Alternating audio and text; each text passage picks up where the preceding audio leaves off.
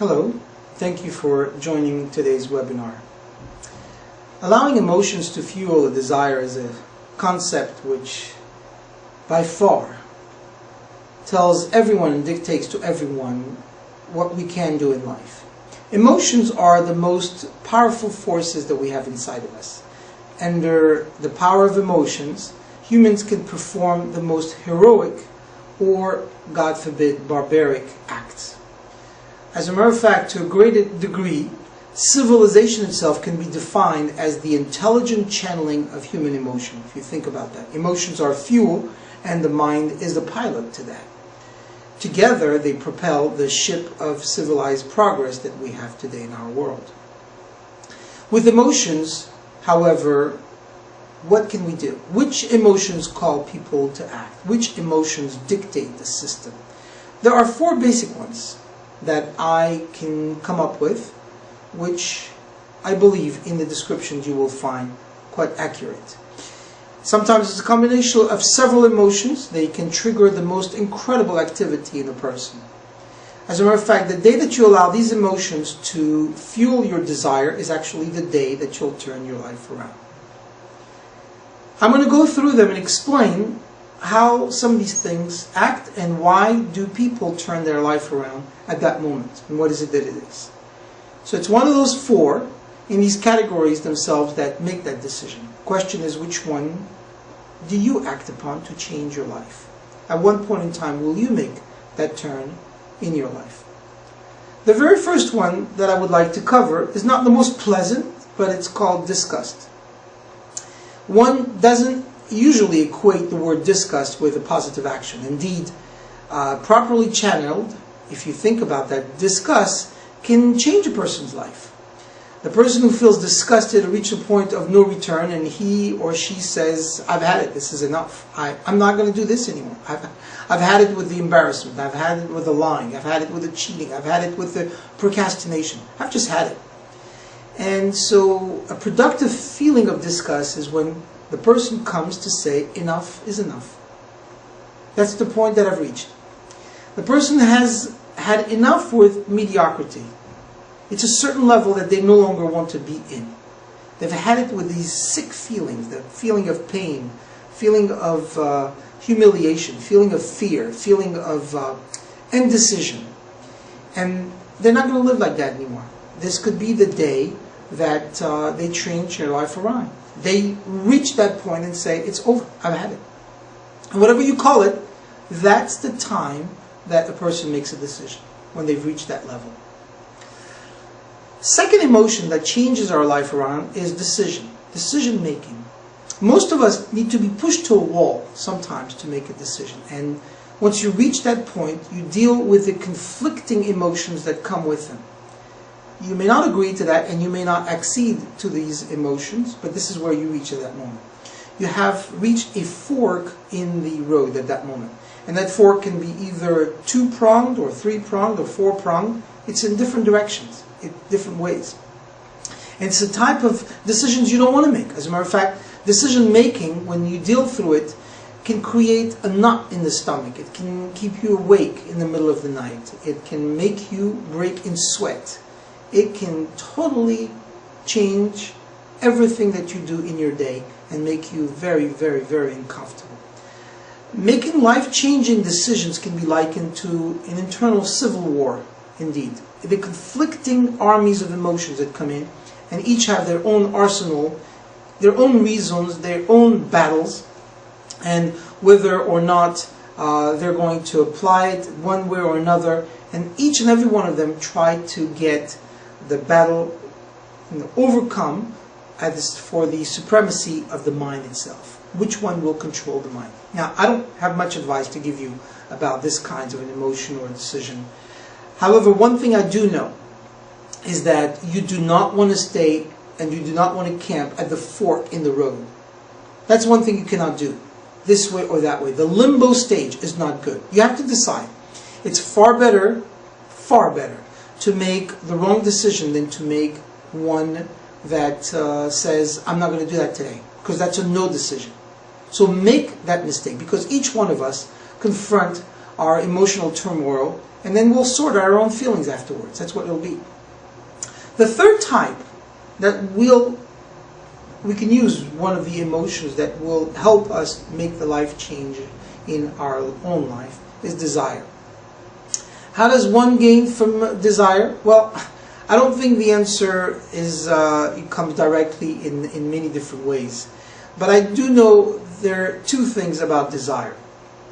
It comes from inside, not from outside, something that we wish inside of me that I've come up with. And the other one is it can be triggered by outside forces. These emotions can come in those two ways. Specifically desire something that constantly battles within one another. But almost anything can trigger a desire. It's a matter of timing as much as a matter of preparation, if you think about that. It might be something that tugs at your heart, something that is a memorable sermon that you've heard from a spiritual leader that mentioned it. It could be a movie that you watch, a conversation that you've had with a friend. It might be whether a nice or unpleasant confrontation with a person or even an enemy. Or it could be even a bitter experience, something. Even a book that you've read or an article. Some people say that I want it now. I've read it and now I see it, I heard it, I feel it, I desire it, I want it now. At that moment, you're searching for the hot button to get you to this pure, raw desire. And of course, with that comes positive experience. At that moment, you have to think that the wall that you're going to erect can be either helpful or destructive. You don't erect a wall to protect you from the experience. Experience in life is opening up the walls, having no channels, having a field in front of you and going through it. The same wall that keeps your disappointment away, keeps things from making you disappointed or brings some of the fear, also keeps the sunlight out of the enriching experiences that you can go and learn through life. So the next touch that could be the one that turns your life around could be a desire. You just have to figure that out. The fourth desire that makes this change is to resolve. Resolve, which is the last decision. Resolve is two words. I will. That's all. Two of the most potent words in the English language. Benjamin Disraeli, the famous great British statement, once said something which was really beautiful, something to remember. He said, "Nothing can resist a human will that will stake even its existence on the extent of its purpose." It's an amazing statement. And what that means is that when someone resolves to die or to do, nothing can stop him. Nothing can stop that person no matter what happens. No matter where, no matter whom, no matter how. Like the mountain climber. Think about that mountain climber. Someone who climbs mountains. Personally, I don't understand this sport, but I understand the feeling, the process, the concept behind the mountain climber. But think of the mountain climber. He sees this tall mountain, amazing, amazing journey that he's going to go through. And if you think about it, he says, "I'm going to do it." Now he's been told, you really want to go through that? It's really high. As a matter of fact, it's far. It's steep. It's rocky. It's difficult. It's dangerous. The mountain climber says, "I understand. I heard all that. But it's my mountain. And I will climb it. And soon you're going to see me on top. And I'll be there waving at you, no matter what happens. Because when I reach that peak, I'm not coming back. I will be on top of the world." Who can argue with that kind of resolve? Who can say that this man is wrong, this person cannot do it? Who could say that this woman who has gone through these difficulties and challenges, who's made that resolve, is not doing the right thing? You can see the time, the fate, the circumstance that are calling. And this is what we want to do. You might as well make your dream come true in this case. This is the time to die for it. Whatever it's going to take, whatever it's going to do. The best definition, however, that I've seen for the word resolve is what I heard from a lecturer in a class. I was giving a class to young students. And they were high school teenagers. girls' school. And I asked in the classroom, I was asked to speak as a father. And I was asked in this classroom, what does the word resolve mean? So several kids raised their hands and said, this one, give me this and that. And some of them were very good, actually, quite different, but very good explanation, very good resolves, definitions. But it was one shy girl that sat in the back of the class and said, I think I have a definition. And she said like this, she says, I think resolve means promising to yourself that you will never give up. That's it. This is the best decision. Promise yourself that you'll never give up. It doesn't get any better than that. That is the decision of resolve. So if you think about it, when a baby starts crawling and they learn how to walk from the crawling stage to the walking stage, they fall many times. Many, many, many times. But yet they try again, no matter what, no matter how, no matter where. And some of those times that they fell, they actually hurt, because if you've ever seen a baby, sometimes they fall back and they even hurt their head and hit something and they start crying. Sometimes they bleed. Quite traumatic. But they try again and again. For the average baby, for the smart baby, for the big baby, for the small baby, it doesn't matter. The baby will want to walk. And that's what they do. Now, what will the mother say to a child? That's it? You've done it twice, 6, 7, 12 times right now? You're never going to walk. No, that's not what we say.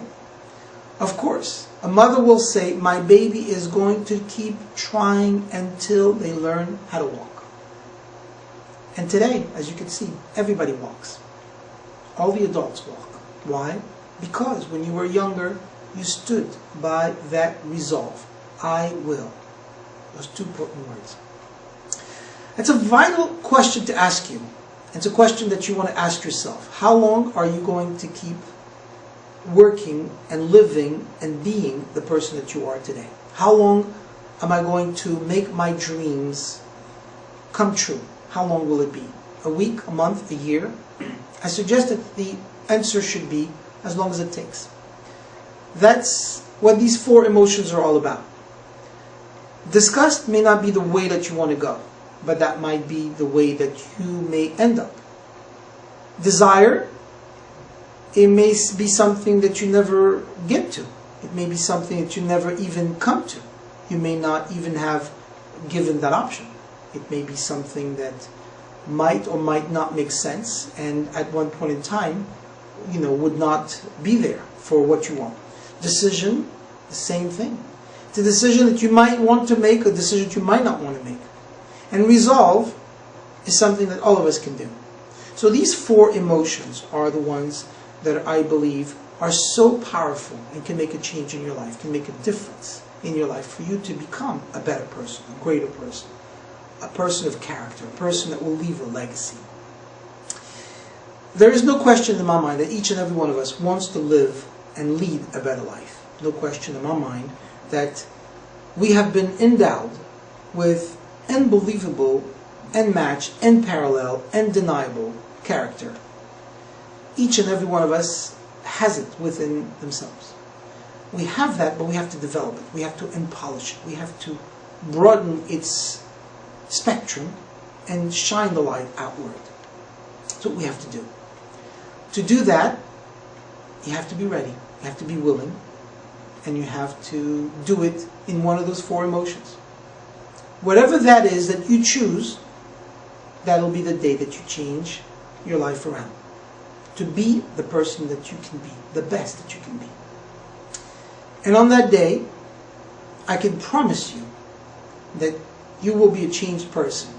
And at that moment, God will bless you to be successful in all aspects, both materially, spiritually, and physically, and even emotionally, in every aspect.